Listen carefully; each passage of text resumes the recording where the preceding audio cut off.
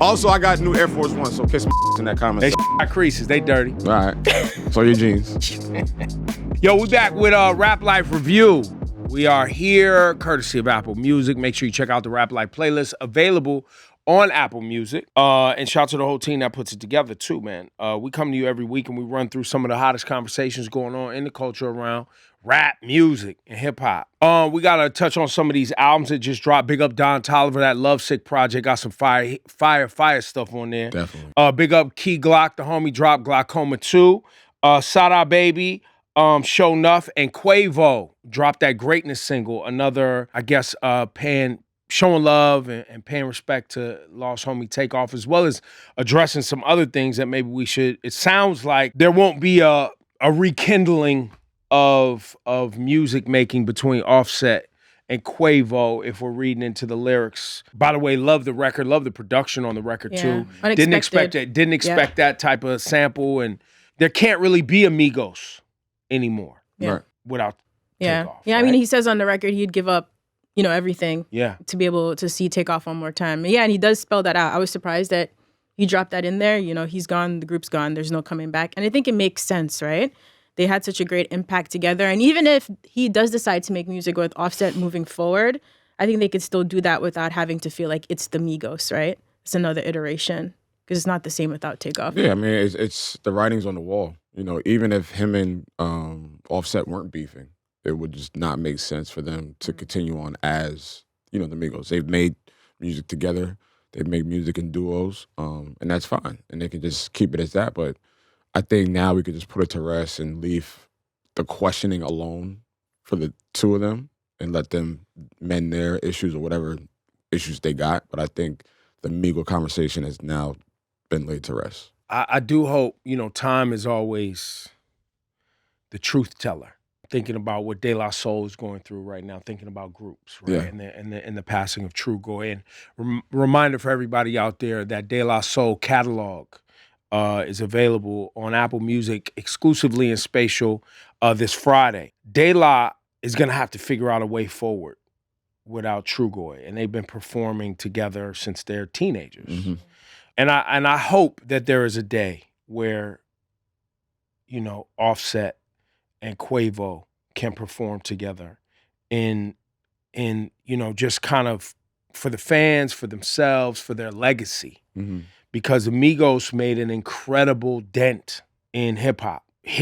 So many hits. Yeah. You know what I mean? And it would I think it would be a travesty, even more so, if we don't get to see them one day together on stage. I mean, like, honestly, if we don't, then I'm cool with that. Just based off of everything they accomplished, the influence, impact, and just the longevity. But I think what we're watching right now, and I hate that we have to watch it publicly. I think it's unfair to them. I think it's putting a big brick between them in even communicating, right? And here we are worried about if they'll ever be on the stage together. Like these are family members. These are guys that grew up together.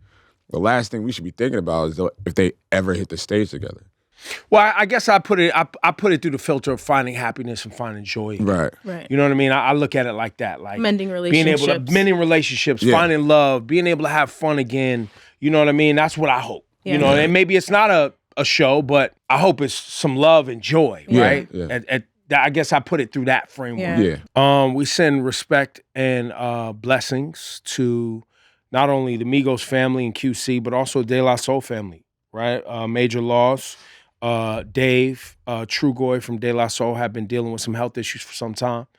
And man, can you imagine? Well, I guess we're seeing it, so we can't imagine, right? Like you fight all these years to take control of your creations, your music, and it's just about to come out the way you want it to come out to the public on streaming services, sounding, because we, along with De La Soul, were able to bring that music from that time and redo it in Spatial so that it sounds like now. Mm-hmm. It has that quality of now. I don't know how much time you spend listening to classic hip hop and streaming, but you always notice a sound quality difference between 90s music and even older and what's being released today. Mm-hmm. And so now you get to experience this sounding like today. And I encourage everybody out there that claims to be like a real hip hop fan to go listen to these De La projects, just so you can understand the influence that they had on hip hop in general, right? The transparency, talking about love, talking about insecurities. Like before De La did that wasn't really like a common thing to do. Mm-hmm. Yeah. For me, it was surprising hearing the first album. So when the album dropped, I was maybe a toddler at that point, and nobody in my household was really listening to rap like that except maybe my cousins. So for me, I didn't officially fully discover De La until college, which is a little bit crazy.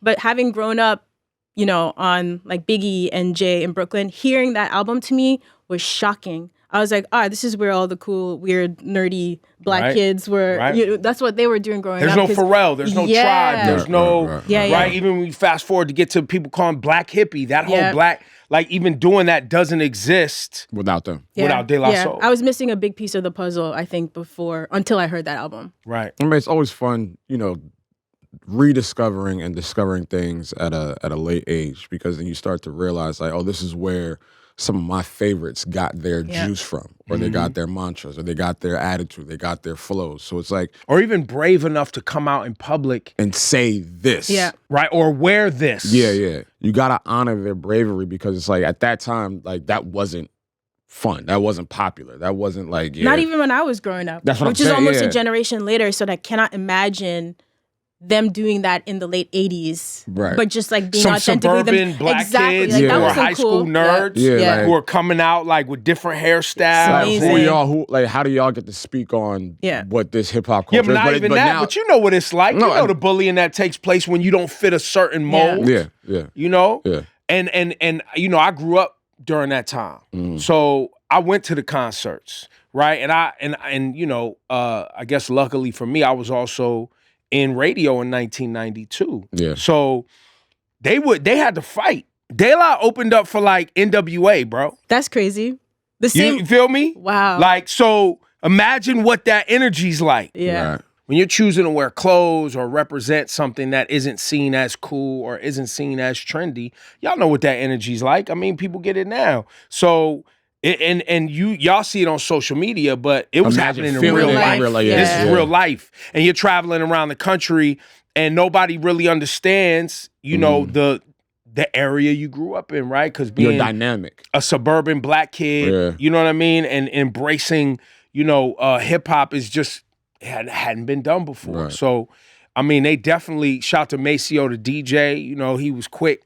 He was quick to bust heads back in the day, like quick, super fast, jump off stage, all that, right? Like even Busta and them had some of that energy. Because if you remember, like Leaders of the New School and Tribe Called Quest, like Tip and them had to get it popping out here. Like you know, you show up in a town and people try to play you.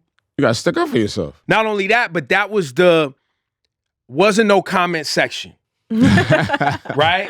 It was real, it was live, it was prime time. And if you wanted to have respect in the game, you couldn't show up in a city and be a sucker. Like you had to show up and knuckle up and stick up for yourself. So go check that De La music, because there's so much music that wouldn't have happened without those brothers. Now, on to a clip of your fave, Drake. Seemingly saying he's considering retiring. I think I'm at the point now where I just want to and I feel like maybe we talked about this the other day, but I feel like I'm kind of introducing the concept in my mind of a graceful exit.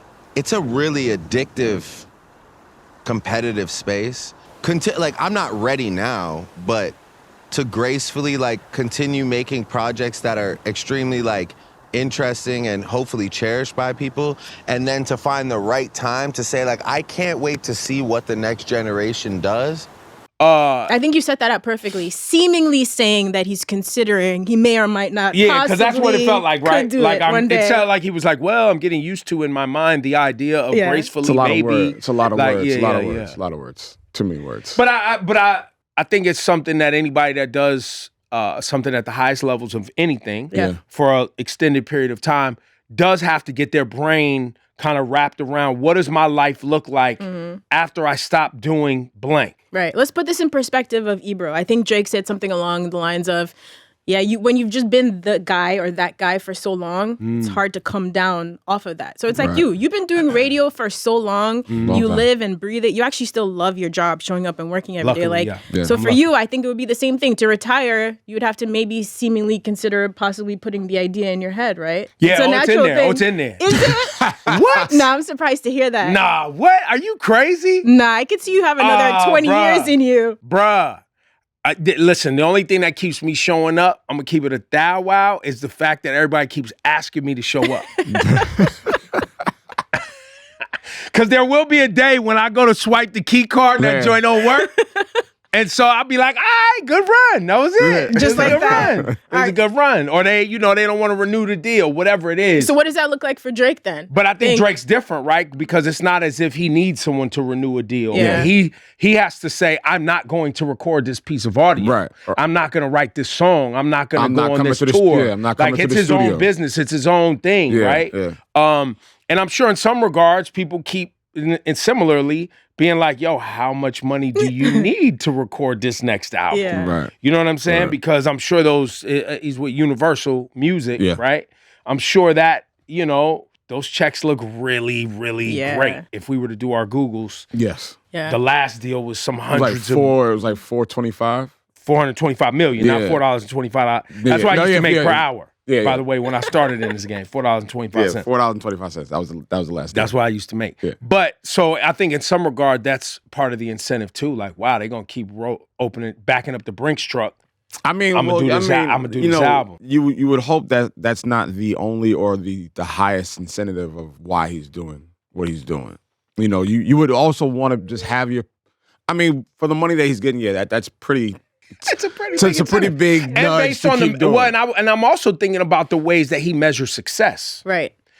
We've been as people who love hip hop begging Drake to make the quintessential hip hop album. I'm done having that conversation. Right? So we're done with that. We moved on. Clearly he doesn't want to. Right. But he does rank his success and measure his success based on chart. Like you hear him talk about the number ones a lot, talk about the chart positions a lot, talk about like quality of music, which is, he loved, the Honestly Nevermind album. Clearly he wanted to be creating music to put him in a certain atmosphere and dynamic. Yeah. So there is some love for music still there, right? And creation still there. I think there's love for creativity, but what I'm observing about him, I think there's no urgency. I don't think the urgency to make bigger dents in the culture is there for him. Mm-hmm. I think because he does the Honestly Nevermind, I think because he does the R&B records and he sings and he songwrites, I think that because he doesn't care about making a quintessential I think it's that urgency is really not there, and I think I have to kind of take a step back and be like, all right, it feels like he's done doing what he wanted to do. Right? And if that's the case, and that's the case, and that's good. Like, he's had a monumental, phenomenal career, and you got to take your hat off to what he's done. But at the same time, we've always said this.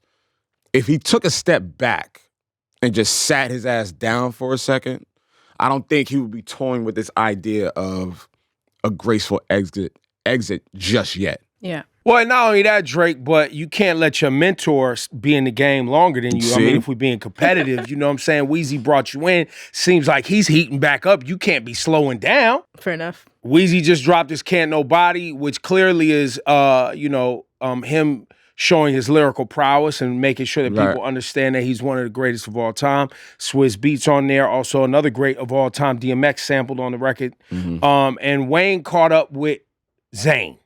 Let's hear the clip. But in this particular list, right, Wayne came in at number 7. Now, for a lot of people, that would be like number 7. Number 7. Man, who the hell was before me?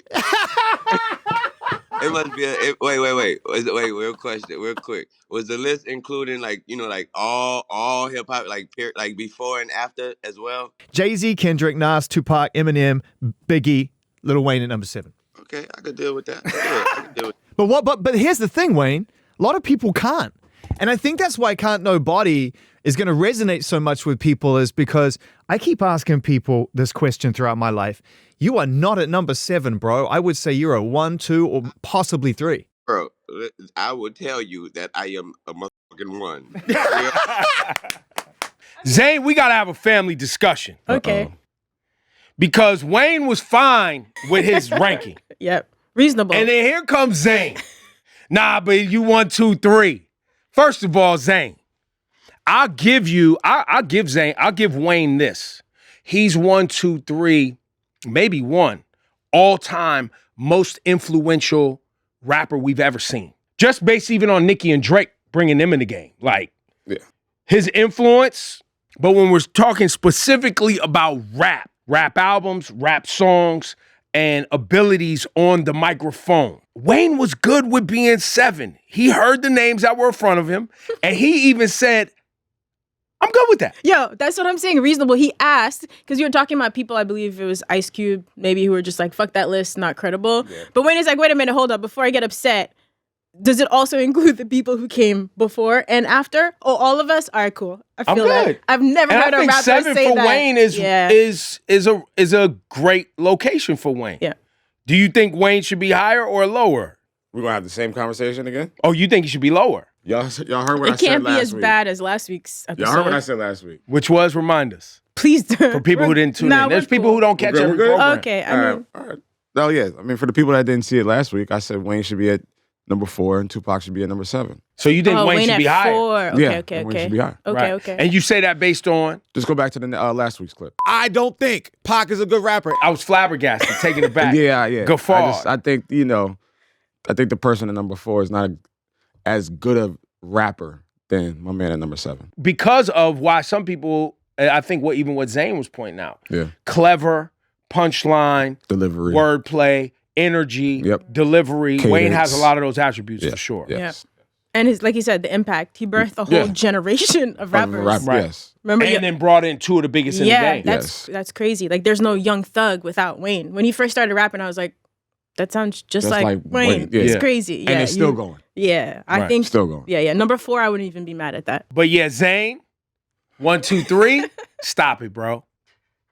Stop it right now. Yo, before we get up out of here, Nadeska, you want to get to the YouTube comments? Speaking of last week. Not really, but I feel like I don't have a choice now that I'm so glad that we have so many new viewers. So many people that are finding out about myself. Myself. And how, young I am. Yep. Yeah. Young and vibrant. Young and vibrant and unexperienced. Thing. But I think it's inexperienced. Yeah, inexperienced. I'm glad that you guys, were so passionate about what we were talking about. And your opinion really doesn't matter, but thank you for tuning in. So you want to go to YouTube? I mean, their opinion matters today. We reading it. Well, that's goofy shit, but we'll I mean, once you've heard one, you've heard them all, exactly, right? Yeah. But apparently someone loved you until the day that episode dropped. Imagine, they loved you for years, and then we put out that episode, and it was over for you because you dissed Pac. Okay. Well, I think honestly, one of the things about Pac that I always find remarkable, and I think needs to be addressed, and also many of the greats too, right? Yeah. Nas, Jay, Wayne, Pac. Big. When you disparage their name or say something that people find disparaging, let's call it, because I don't feel like you disparaged Pac's name. No, I don't know. Even though it was disrespectful. I didn't. No, you did. No, I didn't. It was disrespectful. Don't get crazy. It was super disrespectful. It wasn't. I think it speaks volumes to the passion and the amount of people with passion around the individual rapper you're speaking of, which is the greatness part. Yeah. Right, because there's an emotion tied to whom they are, whether you like them or not. And so I think whether it's Pac, whether it's Wayne, whether you put them 1 through 10, whatever you put them at, that top 10 that was on that Billboard list, probably each individual artist has a nation of individuals that's willing to, bring out the pitchforks on their behalf. But the Curtis Blow fans, they didn't come for you. Nah, Curtis Blow fans they knew that didn't was hear true. nothing. They knew that was true. Crickets. All right. See, but you didn't have to disrespect. How's that disrespect? Don't disrespect Curtis Blow, How's it disrespect?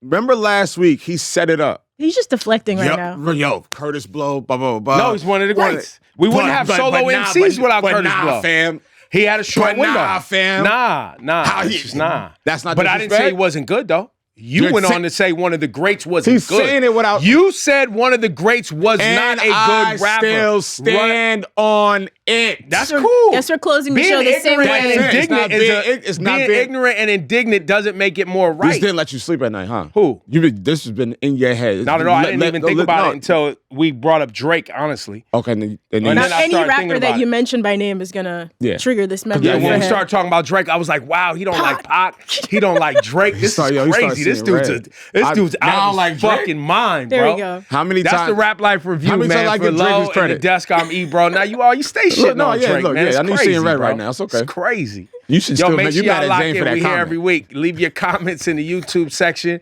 and make sure you check out that Rap Life playlist available for you on Apple Music. What were you saying? I was working. No, you was mad at Zane for that comment. That's all. You still mad at Zane for that Wayne That was comment. big Zane energy. Zane's wildin', bro. Zane's wildin'. Hope you enjoyed that episode of the Rap Life Review. I'm Nadeska, and you can catch me here every single week with Lowkey and Ebro. Make sure you never miss an episode by subscribing, give us a like, and drop a comment so we can hit you back next week.